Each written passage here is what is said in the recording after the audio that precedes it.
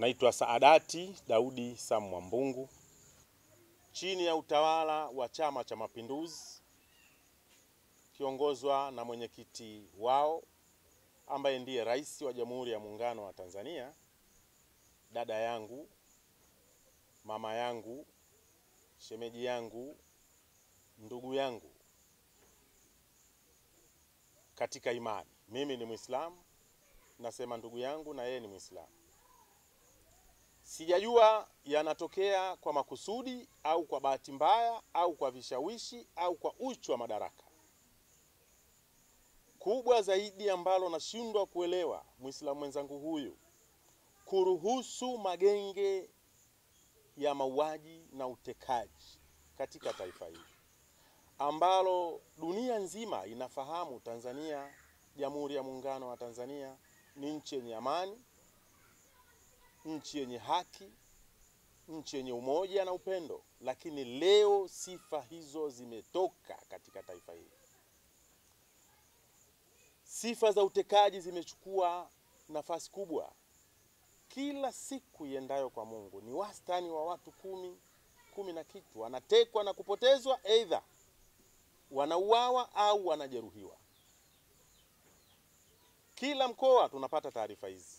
Sasa leo sisi kama wazee wa Chadema kanda ya Nyasa tunakemea vitendo hivyo vya utekaji, unyanyasaji, ukandamizaji wa haki. Ni kitu cha aibu kubwa sana leo CCM wanajinasibu wao ni chama kikubwa, wamekwenda mpaka maeneo ya misingi nchi nzima, vijijini, kila pahala wao wamejaa, wana wanachama wa kutosha.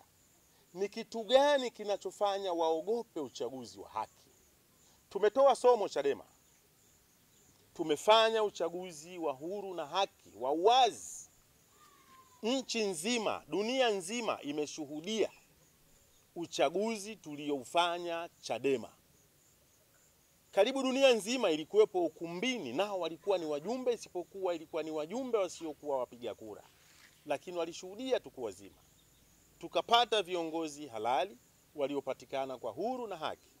Lakini leo CCM kama wao wanajinasibu wako vizuri, wameenea, wamewafanyia mema na mazuri wa Tanzania, kuna sababu gani ya wao kuwa waoga kuruhusu uchaguzi wa huru na haki, kuruhusu wao kukosolewa, kuruhusu wananchi kama katiba ilivyosema wana uwezo wa kutoa maoni ya namna gani taifa hili liende? Lakini cha ajabu, wameruhusu utekaji, kunyamazisha watu, kutishia watu na kufanya jamii ya Kitanzania ibaki katika hali ya uoga kila wakati kama vile ni wakimbizi. Baraza la wazee kanda ya Nyasa tunasema polisi, vijana wa CCM, kama ni usalama wa taifa, kama ni uchawa wa mama Mdude Nyagali, kijana mliyemteka nyumbani kwake na kwenda kumshambulia, vyombo vingi vya habari vimeshuhudia damu zilizomwagika toka ndani kwake mpaka kusikojulikana, ambako ndipo mlipompakia, mlivyochombo mlichompakia mnajua nyinyi, na mpaka leo hajapatikana. Baraza la wazee tunasema mrudisheni huyo kijana. Anayoyazungumza sio ya kuhamasisha ubakaji, sio ya kuhamasisha ujambazi, sio ya kuhamasisha wizi, sio ya kuhamasisha labda kwamba sisi tunakwenda kupindua serikali. Anazungumza kama ninavyozungumza kwa nia njema, ili taifa hili liweze kuwa la neema kwa kila Mtanzania. Mrudisheni Nyagali, mrudisheni Mdude. Kama kuna uwezekano, jinsi mlivyokwenda kumchukua, mrudisheni kwa mfumo huo huo. Ni uchungu ulioje leo kwenda kumzuru kijana ambaye hana shida yoyote, hana tatizo lolote kwa jamii yoyote, kwa makusudi mazima, kwa uoga wa kupokwa madaraka, kwa uoga wa kukosolewa. Chama cha Mapinduzi mmeanzisha genge la ovu Muislamu mwenzangu, ndugu yangu katika imani, Rais wa Jamhuri ya Muungano Samia Suluhu Hassan Tanzania hii, na kuomba hebu tengeneza hofu ya Mungu. Wewe ni Muislamu, ikumbuke kesho yako, wewe pamoja na familia yako. Haya yanayofanyika Allah anayaona. Kama haujalipwa na hilo genge hapa duniani, utalipwa na hilo genge ahera. Lakini kwa kuwa umeyafanya hapa duniani, utalipwa kama walivyolipwa waliotangulia wakifanya maovu kwa ajili ya jamii. Siku zote ukifanya mazuri katika taifa lako unaloliongoza, hata namna ya siasa za nchi yako zitakwenda vizuri. Lakini kwa haya unaoyafanya, unasababisha mabaya zaidi katika taifa hili. Hata maafa ya njaa, mafuriko, kimbunga, mambo chungu mzima. Pahala penye utawala mbovu, mtawala wa anasa, siku zote lazima kutokee maafa, kwa sababu ni laanatullah. Hebu kwepa haya, mrejee Mola wako. Na hawa wanaoyafanya, na nyinyi mliomteka Mdude na mnaoteka na wengine, na huenda hata kesho ikawa mimi, lakini Mwenyezi Mungu kila mmoja akampangia njia gani ya kumrejesha kwake baada ya kutuleta duniani hapa. Kama nilipangiwa nitakuja kuuawa na nyinyi, nitauawa.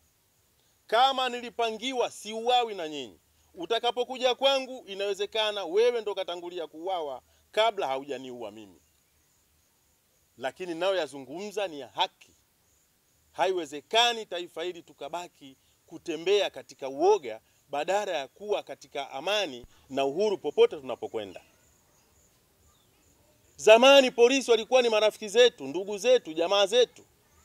Likikukuta jambo na kimbilia polisi. Lakini leo mtu unaogopa polisi. Polisi wanatengeneza mazingira yamekuwa ni maadui zetu. Hapana.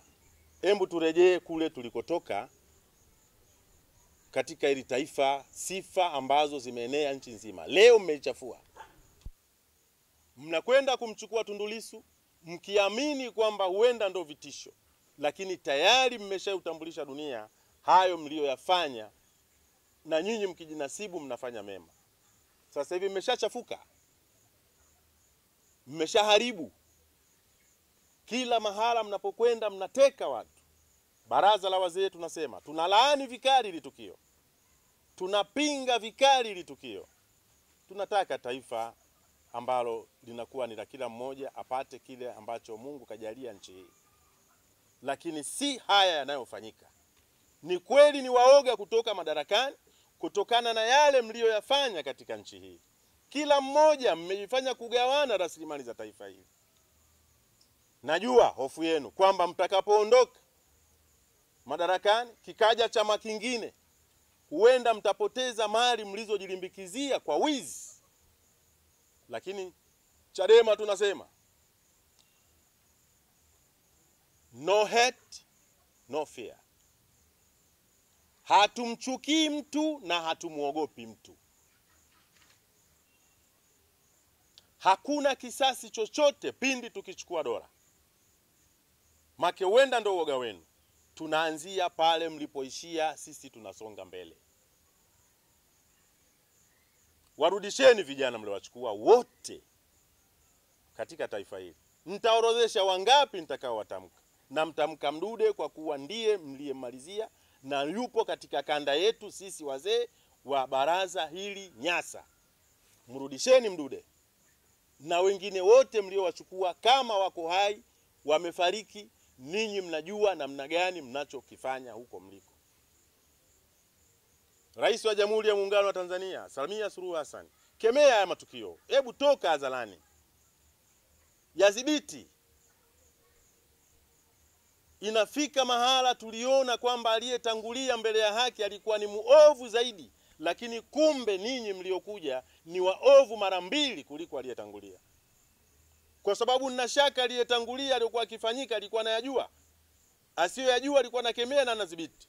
Ilifika mahala mpaka majambazi naungana naye alidhibiti. Mauaji, utekaji wa mabasi haukuwepo. Lakini sasa hivi